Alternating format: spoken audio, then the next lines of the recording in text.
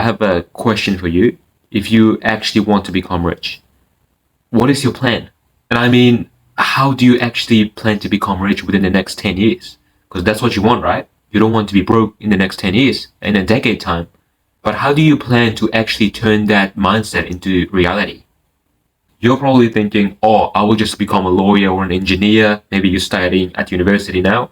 And you think, oh, I will just save up a bunch of money until I buy an investment property or put it into the stock market and then just become a millionaire somehow.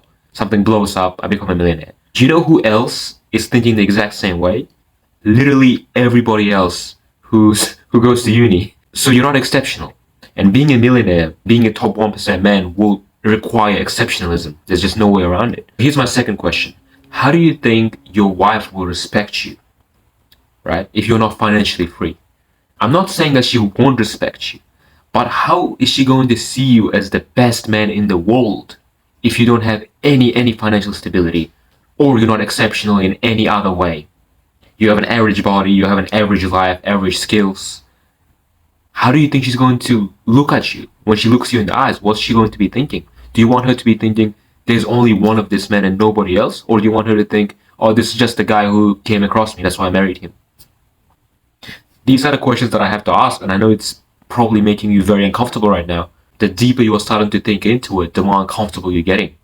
And these are the things that were in the back of your head, in your subconscious, but you never really thought about them, have you? But then you're probably trying to cope by saying, well, I have such a nice and funny personality. I'm so unique. I'm so nice to people. So maybe, my future wife will say, oh, he's better than everyone because he's funny. Shut the fuck up. It's just not how it works, okay? She might think that. I'm not saying she won't. But in the back of her head, there will always be that thought, unless you are an exceptional man. Don't get me wrong. You don't need to be a millionaire. You just need to be different from the rest. You need to have something that's like, this is just him, and that's what I like about him. And she doesn't really see it in anyone else, not to the same extent. So how do you even sleep at night without becoming a millionaire?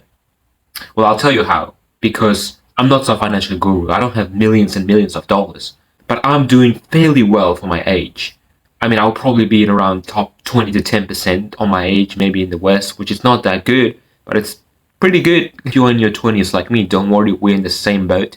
To completely understand all the struggles. The way I get to sleep at night is because I know that every single day that goes by is bringing me closer and closer to exceptionalism, to the goal that I've envisioned, not just with money, but with everything. So that's why I work out every day, I train every day, I make money every day. Every single day my assets are going up in price and they're also making money monthly. The bottom line is you need a plan. Now you're probably thinking, what the hell is Boris even talking about? That's so cringe. A plan, what does that even mean? I'll tell you what it means. I bought my first investment property at 19. And I didn't get any sort of loan, no riba, no nothing. Just straight up upfront bought it. Now that is not normal.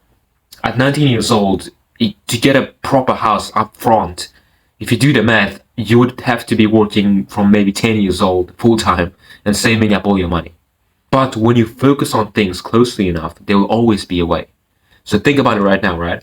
What is the best asset you have in your life right now?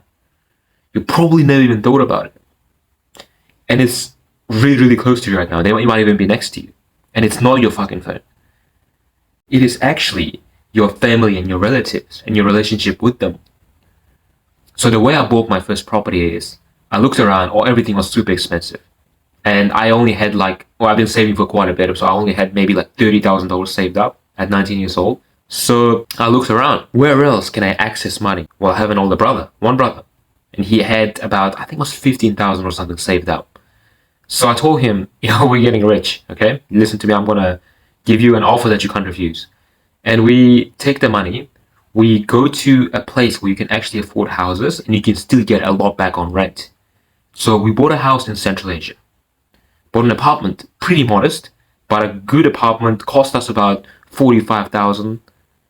I negotiated that down from 55. I used my maximum negotiation skills because I really wanted it. So now we have an apartment. It goes up by price every single year, and it makes money a monthly rent. I think it's making about $600 to $700 a month, which may not be that much, but it really stacks up over time.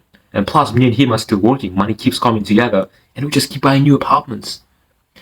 Now, I'm not saying this is the format that you should follow, although I strongly advise you to do something like this. If you want more assistance on this, you can comment below. I can tell you anything. I'm an open book. I'm not going to hide anything from my viewers. In this video, we've only talked about the financial side of self-improvement, but there are several other facets. There is self-improvement with women, improving your halal rizq, that's what I call it. There's fitness, super important, learning to fight, confidence. Most importantly, your religion, Islam, prayer, praying properly. This is all part of self-improvement. And these are the things that I talk about in my channel. If you improve yourself in all of these facets, you will be an exceptional man. I promise you. Even if you improve 3 of them, but you improve them consistently, not even too much, just like once a day, just do push-ups after prayer, bro. That's all you need to do, and you're going to be so much higher than the average man. It's absolutely mind-blowing. Now, if you want to get started on this journey, if you subscribe to my channel, I'll be posting every day to remind you of these things. I will give you more ideas. Maybe I'll talk a bit more about this financial, real estate stuff later on. But the point is, if you subscribe to me, you have to improve yourself. We are all on this journey. Well, I don't know about everyone that subscribed to me, but I am certainly on this journey, and I take everybody with me. We're all trying to improve ourselves. We're all trying to become exceptional. Now, if you want to join us, go ahead. If not, I wish you all the best, and you're going to need it.